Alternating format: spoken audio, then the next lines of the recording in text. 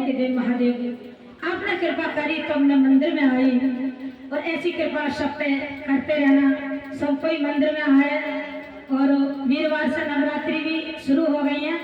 Time table से सभी को मंदिर में पहुंचना है, ये नहीं है कि नहीं 2-4 जने गए और हो गया, लेकिन नवरात्रि में ज़्यादा से ज़्यादा आने की कोशिश करना। जो धरती पे मैया आती है तो वो कुछ ना कुछ आशीर्वाद दे के जाती है।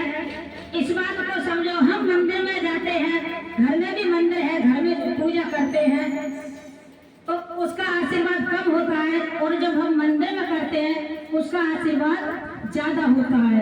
तो ज्यादा समय नहीं है, थोड़ी देर के लिए जरूर आया करो। एक समय की बात है, मेरे देव महादेव माँ पार्वती को लेकर पृथ्वी लोक पे भ्रमण कर रहे थे। भ्रमण करते करते उन्हें भूख लगी बहुत तेज की, और पार्वती मैया से बोले, हे पार्वती मुझे भूख लग रही है बहुत तेजी से, क्या करूं? और वो समय था श्राद्ध पक्ष थी, क्या करूं, मुझे बहुत तेज भूख लग रही है। तो पार्वती ने कहा चलो घर पे जाके भोजन खिलाऊंगी। तो भोले बाबा ने कहा नहीं पार्वती, मुझे पृथ्वी पे मृत्यु लोक में भोजन खाना है श्राद्ध पक्ष का। तो पार्वती मैया कहने लगे, देव महादेव तुम औगड़ी हो, तुम त्रिकालदर्शी हो, तुम श्राद्ध पक्ष का भोजन खाओगे? तो भोले बाबा कह रहे, जब श्राद्ध पक्ष किसी के घर पर श्राद्ध पड़ता है, हम जब श्राद्ध को पहले निकालते हैं तो सबसे पहले मेरे महादेव को चढ़ता है, तब हमारे पितरों को जाता है। पार्वती ने पूछा किसके घर जाओगे प्रभु? तो भोले बाबा ने कहा आज दशरथ जी का श्राद्ध है और हम रामचंद्र जी के घर पे जाएंगे। तो सीता मैया, कैकेयी मैया सब श्राद्ध की तैयारी कर रही, ब्राह्मणों को न्योता दिया, सारे ब्राह्मण आए, भोजन जमने लगे। भोले बाबा भी ब्राह्मण के वेश में बैठ गए, किसी को नहीं पता कि मेरे देव महादेव हैं, और वो बैठ गए। फिर भोजन परोसा गया, सबने भोजन खाया। 1 पात उठी, 2 पात उठी, 3 पात उठी, 4 पात उठी, 5 पंगत उठ गई, लेकिन मेरे महादेव नहीं उठे। महादेव जब नहीं उठे तो सीता मैया ने उर्मिला जी को बुलाया, अरे उर्मिला, एक पंडित जी आए हैं, वो भोजन ग्रहण कर रहे हैं और अभी तक नहीं उठे। 5 बार पंडितों ने जीव के उठे थे। पानी की पूछ के वो उर्मिला जी पानी लेके गई, तो पूछा पानी चाहिए? तो भोले बाबा ने कही अभी शुरुआत तो होने दो। उर्मिला दौड़ी सीता मैया के पास गई कि वो बाबा बैठे हैं, पंडित जी जो बैठे हैं, वो कह रहे हैं अभी शुरुआत तो होने दो। अब वो सीता मैया बड़ा परेशान, सारा जितना घर में भंडार था सब बना डाला। जब सब बना डाला और सब खा लिया, सब खाया, सीता मैया ने संकीर्ति को बुलाया और कहा पूछ के आओ। तो संकीर्ति ने कहा भोजन अच्छा बना है? हाँ बढ़िया बना है। तो बाबा पानी चाहिए? बाबा कह रहे हमारे यहाँ एंड में पानी पिया जाता है, अभी एंड तो होने दो। अब संकीर्ति सीता मैया के पास गई कि वो बाबा कह रहे हैं एंड में पानी पिया जाता है, अभी तो एंड ही नहीं हुआ है, क्या किया जाए? सीता माँ परेशान थी। कैकेयी मैया आई रसोई में, तो सीता मैया के सिर पे पसीने की बूंद थी। कैकेयी मैया ने कहा सीता, तेरे सिर पे पसीने की बूंद है, क्या बात है, क्यों परेशान है? तो सीता मैया ने कहा एक पंडित जी आए हैं, 10 बजे से श्राद्ध पक्ष का खाना शुरू हुआ है और 3 बज गए हैं, अभी तक वो उठे नहीं है। कैकेयी माँ ने कहा कोई बात नहीं, फिर से भोजन बनाओ। सीता मैया बोली मैं 6 बार भोजन बना चुकी हूँ, अभी तक वो ब्राह्मण देवता नहीं उठे हैं, क्या करूं? घर में कुछ भी नहीं रहा। कैकेयी मैया ने दूत बुलाए और कहा जाओ बाजार से सामान खरीद कर लाओ। जब दूतों को बाजार में भेजा तो जितनी सारी बाजार में दुकान थी सबका सामान आने लगा। भोले बाबा ने देखा और रास्ते में दूतों को रोक लिया कि इसमें क्या है? तो कहा इसमें आटा है, इसमें सूजी है, चावल है, दो, अंदर जाएगा, मनाएगा, तब पूड़ी बनेगी, तब कहीं आएगा तो देर हो जाएगी, यही रखो। और वो भोले बाबा मेरे महादेव कट्टा के कट्टा पार करते जा रहे हैं। जब सारा बाजार का भंडार खाली हो गया, दूतों ने कहा सारी बाजार हमने खाली कर दी। सीता मैया की आंखों में पानी आ गया और कौशल्या मैया ने पूछा, सीता तेरे ससुर का श्राद्ध है और तू रो रही है? तो कहा माँ मैं क्या करूं, ससुर का श्राद्ध है, लेकिन जो ब्राह्मण देवता आए हैं सुबह से शाम हो गई, जीमते अभी तक उठे नहीं है, क्या करूं? कौशल्या मैया बोली सीता से, तू जा पानी की को पूछा। सीता मैया ने कहा ठीक है, अब की बार मैं ही जाती हूँ। जब सीता मैया पानी लेके गई और कहा ब्राह्मण जी पानी तो ले लो, अगर आपका आधा हो गया हो तो पानी ले लो। तो कहा आधा तो होने दे। सीता मैया की आंखों में आंसू, और वो आंसू को लेकर मेरे प्रभु राम जी के पास पहुंच गई। राम जी के पास पहुंची, राम जी ने देखा सीता तेरी आंखों में आंसू है? तो कहा हाँ।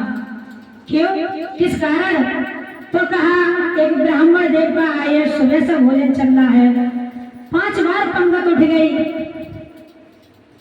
और वो ब्राह्मण देवता नहीं उठे। राम जी ने कहा कोई बात नहीं, बाजार से मंगवा लो। कहा बाजार का जितना भी भंडार था सारा मंगवाया, अंदर तो जाने ही नहीं दिया, बाहर ही रखवा लिया और ऐसे ही लौटते गए। तो कहा अच्छा।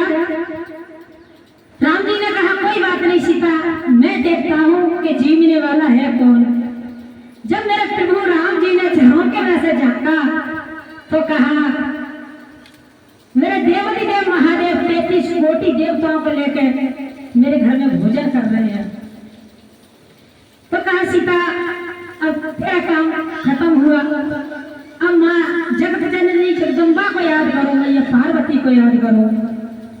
तो मेरे प्रभु राम जी ने माँ पार्वती को जब याद करा, पार्वती मैया को याद करा कि माँ भोले बाबा भोजन जीव रहे हैं और बिना जोड़े के भोजन जीवना ये सामर्थ्य नहीं है। पार्वती मैया बोली मेरे पति तुम्हारे घर में भोजन जीव रहे कि हाँ। पार्वती मैया ने अच्छे से जूड़ा उड़ा लगाया, गजरा कजरा खूब लगाया, खूब सजी धजी और चूरमा के लड्डू लेके आई और एक जैसे ही परोसा और भोले बाबा ने मुंह में दिया। भोले बाबा पहचान गए, ये तो कोई पहचान वाली है। भोले बाबा पहचान गए और वो सर उठा के देखा, तू यहाँ क्या कर रही है पार्वती? तो कहा कितने चाहिए? भोले बाबा से पूछा पार्वती ने कितने और दूं?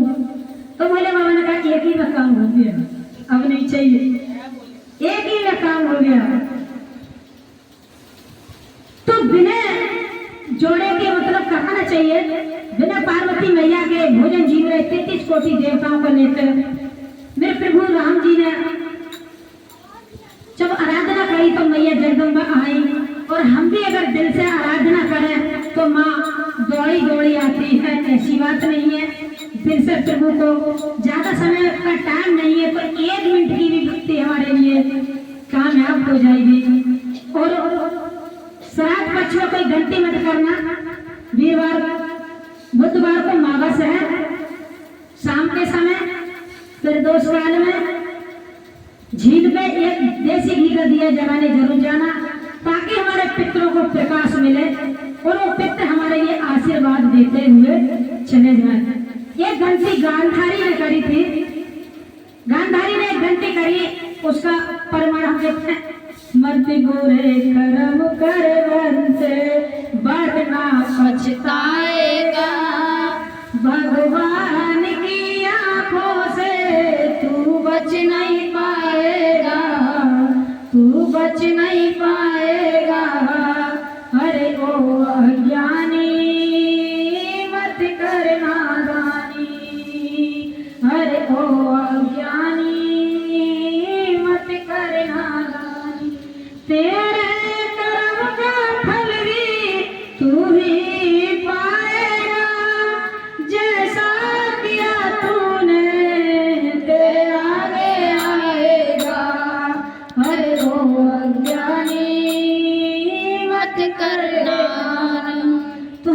करते हैं वो हमारे आगे आता है। गंगा जी में डुबकी लगाने से पाप नहीं धुलते हैं, अगर जानबूझ के किया हो तो। अनजाने में कोई पाप हो गया तो गंगा जी में डुबकी लगा के धुल जाएंगे। गंधारी ने गलती करी, पूर्व जन्म में राजकुमारी थी। एक वैद्य आया तो वैद्य ने कहा, राजकुमारी तुम बुढ़ापे तक इतनी सुंदर रहोगी, इसकी मैं एक दवा जानता हूँ। राजकुमारी ने कहा, बताओ। तो वैद्य ने कहा, उसमें कुछ हिंसा की बात है। गांधारी बोली, तुम बताओ, हिंसा जो भी हो। तो कहा, 100 केचुओं को मार के उसको मलवा के उसका मल्लम तैयार होगा, उससे तुम जो चेहरे पर लगाओगी जवान की जवान रहोगी। गंधारी ने दूतों को आदेश दिया, 100 केचुए मंगवाए और वो मसलवाए गए। जब मसलवाए, मल्लम तैयार करा, गांधारी बेशक बूढ़ी नहीं हुई, लेकिन उसका परमार गांधारी को भुगतने पड़ा। गांधारी के रूप में जब गांधारी आई तो गांधारी के 100 पुत्र हुए। 100 पुत्र हुए, युद्ध में 100 पुत्र मारे गए। गांधारी की आंखों पे पट्टी है। गांधारी ने कन्हैया जी से कहा, कन्हैया मैंने अपने पुत्रों को कभी देखा नहीं है, कृपा करके मुझे दिखा दोगे? तो कन्हैया ने कहा, कोई बात नहीं गांधारी काकी, मैं अभी दिखाता हूँ। जब गांधारी का हाथ पकड़ के मेरे कृष्ण जी युद्ध भूमि पे लेके गए और जब पट्टी खोली गांधारी की, तो गांधारी को एक बेर का पेड़ दिखाई देता है कि वो बेर लगा है और मैं खा लूं। तो इतने गांधारी के 100 पुत्र मरे पड़े।